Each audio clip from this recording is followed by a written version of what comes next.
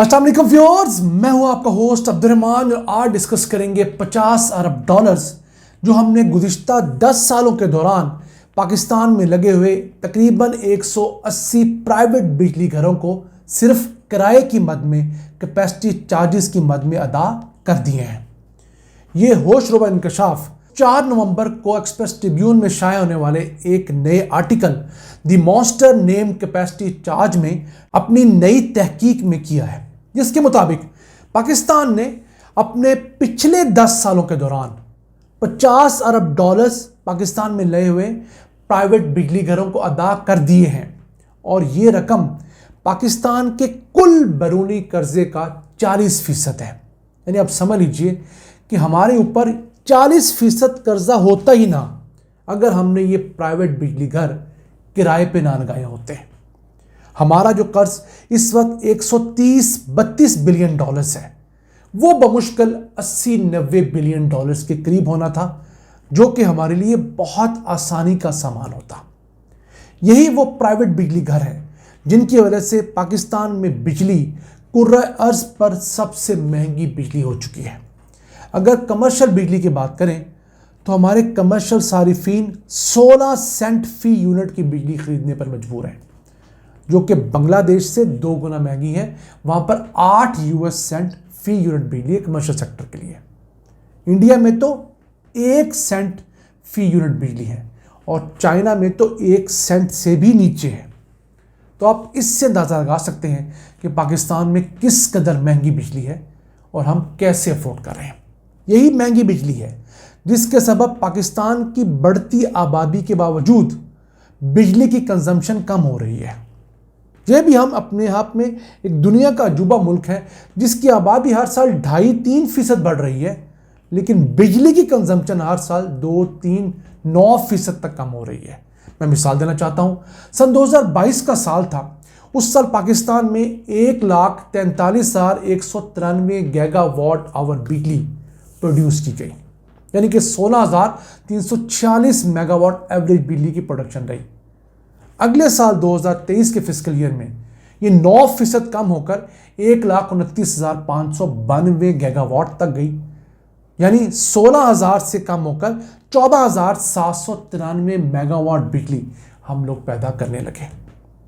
उससे अगला साल 2024 का फिस्कल ईयर मजीद 2% बिजली की प्रोडक्शन में डिमांड में कमी वाक़ई हुई और हम लोग 1,27,259 गीगावाट पे गए और 14,500 मेगावाट की हम लोग प्रोडक्शन पे गए। यानी कि सिर्फ 3 सालों के दौरान हम 16,300 से 14,500 पे आए हैं। तकरीबन 2,000 मेगावाट की प्रोडक्शन हमारी पर आवर कम हुई है।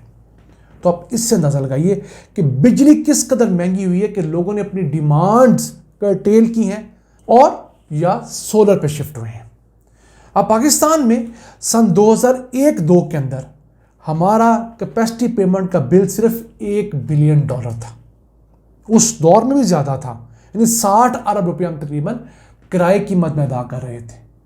इस साल हम लोग तकरीबन $10 बिलियन किराए की मद में अदा करेंगे, 2500 से 2700 अरब रुपये। तो 20 सालों का जो सफ़र है हम लोगों ने उसके अंदर 10 गुना कैपेसिटी पेमेंट्स रेस कर ली हैं। ये नासूर शुरू हुआ 1994 की उस पावर पॉलिसी के बाद, जब हुकूमत ने एज्यूम कर लिया कि आलमी मंडी के अंदर तेल हमेशा सस्ता रहेगा। उस वक्त फर्नेस ऑयल पे चलने वाले पावर प्लांट धड़ाधड़ लगाए गए।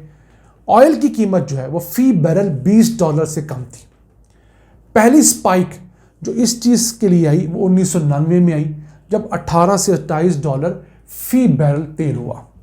फिर उसके बाद 1999 से 2005 के दौरान यही तेल $18 से $54 तक गया।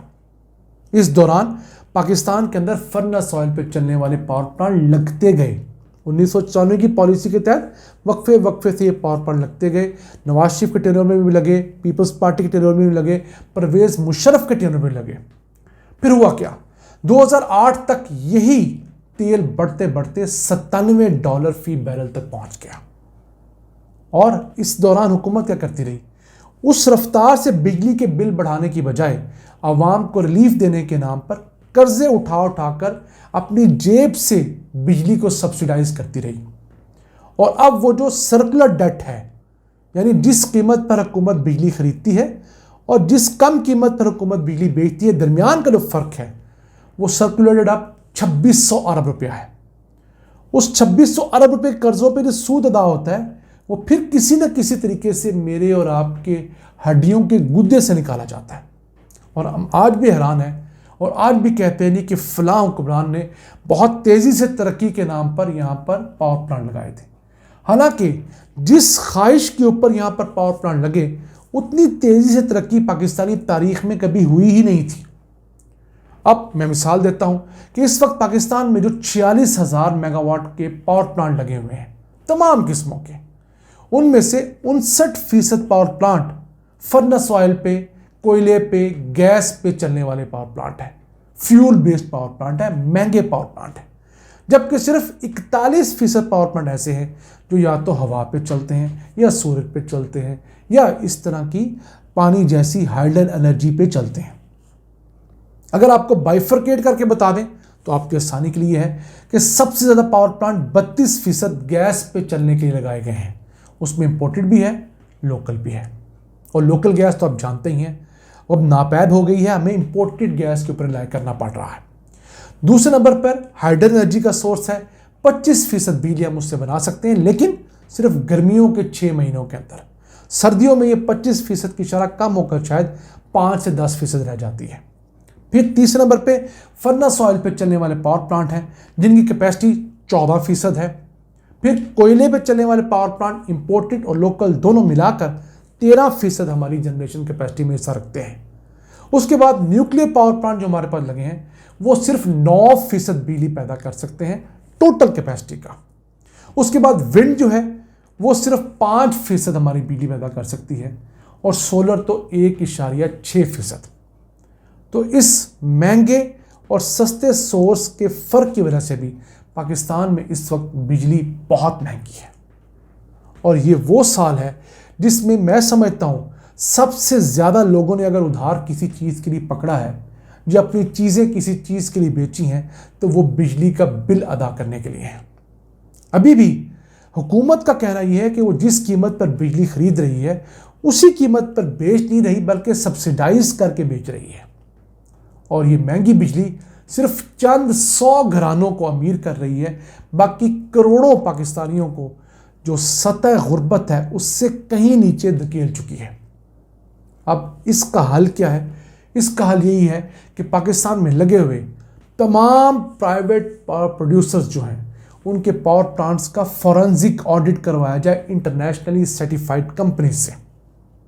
और फिर जिस कंपनी ने जहां हेराफेरी की है उसे निगोशिएशन टेबल पर लाकर मामला तय किए जाएं। क्यों? बहुत सारी कंपनियां, बहुत सारे पावर हाउसेस तो ऐसे हैं जो बहुत सारा इजाफी पैसा मुनाफा ले चुके हैं। मसलन उन्होंने जिस कीमत के ऊपर फ्यूल खरीदा हुकूमत को उससे ज़्यादा लागत बता के ज़्यादा पैसे बटोर लिए क्योंकि हुकूमत के लोग और महकमे के लोग साथ मिले हुए थे। फिर जिस कीमत के ऊपर उन्होंने पावर प्लांट लगाया वो कहीं सस्ता लगता था, हुकूमत को ज़्यादा कीमत बताकर ज़्यादा मुनाफा ले चुके हैं। इसके अलावा और बहुत सारी मिस रिपोर्टिंग की गई है। इन तमाम चीज़ों को फॉरेंसिक ऑडिट के ज़रिए और इंटरनेशनली अक्लेम्ड फर्म्स के ज़रिए ही किया जा सकता है। जब उनकी चोरी पकड़ी जाएगी, उन्हें आप प्रूव करेंगे तो आपके साथ रीनिगोशिएट करेंगे।